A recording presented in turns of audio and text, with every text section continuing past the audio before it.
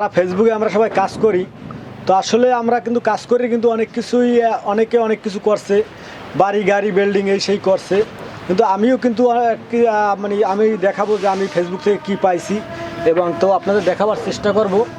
এই যে দেখেন, আমি কিন্তু এই যে আমার একতলা বিল্ডিং, এটা কি তো দর্শক আপনাদের দেখাবার চেষ্টা করব, কারণ আমাদের এই যে আমার এই যে ছাদটা কিন্তু ঢালাই দেওয়া কমপ্লিট হয়ে গেছে।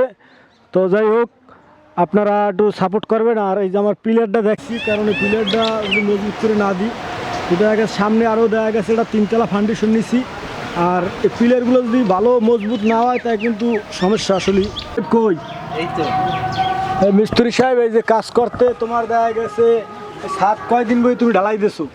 এই প্রায় 1 মাসের মতো গেছে জায়গায়। মানে আর কত টাকা আমাদের লাগতে পারে মূলত এই পিলার মিলার সব কিছু কমপ্লিট করতে কত লাগতে পারে?